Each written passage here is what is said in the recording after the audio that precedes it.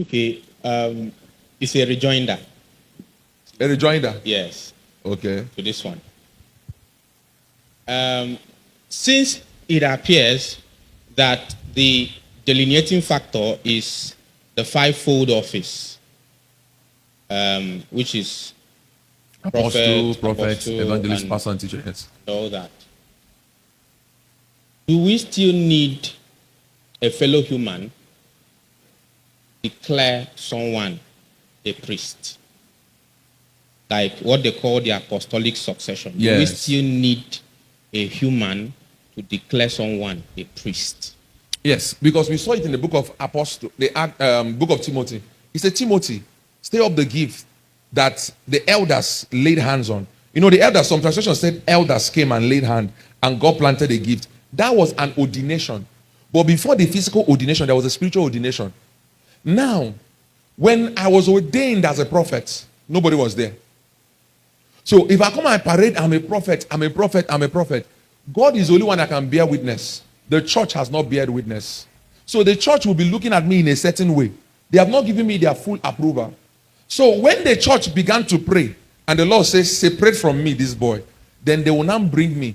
And that thing that the church is doing is saying that, oh, he said he's a prophet. We have heard from the same God and we agreed. Now we are giving him our backing. Remember, let it be done on earth as it is in heaven.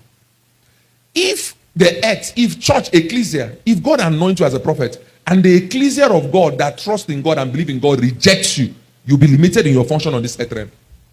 Yes. It's shocking.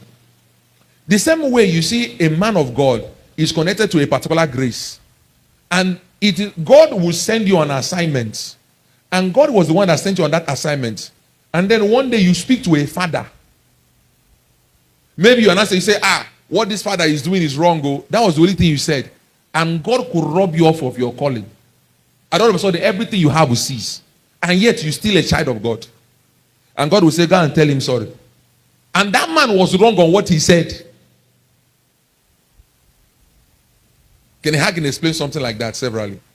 When a man did something that was wrong, he only gave his voice and said what that man did was wrong. And Jesus appeared to him and tell him, who are you to correct another man's servant?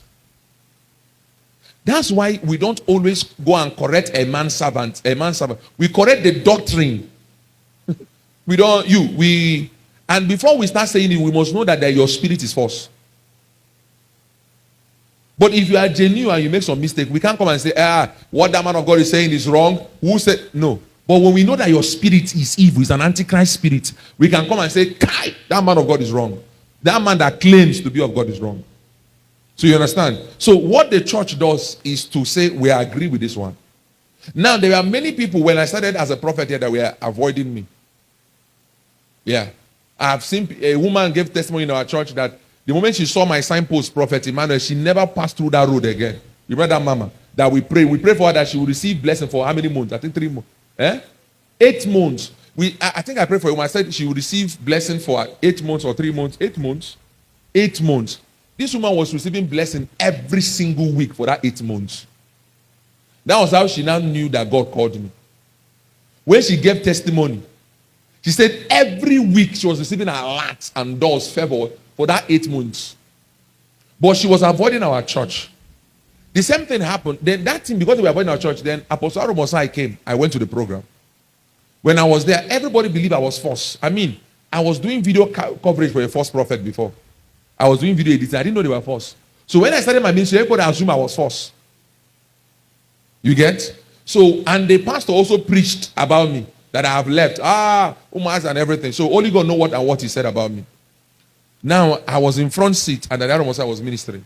And when he was done, he said, you come. And I came, he laid hand on me and spoke prophetically about me. He didn't say, you demon, come out. You are false. And they know him as man that if he sees falsehood, he fights it. And I was the only one he laid hand. What happened? Oh, if Apostle Aromosai will approve this guy is genuine. Do you see one of the reasons why the earthly ministry has to ordain you? That ordination is an approval. And who ordains you matters. Because now there are people that pay 500,000 to be ordained. There was one guy here, how much, I don't know how much they say he paid for them to ordain him. His pastor saw him and said, you have a calling. Let him call it, then ordain him. He came and paid money, they ordained the guy.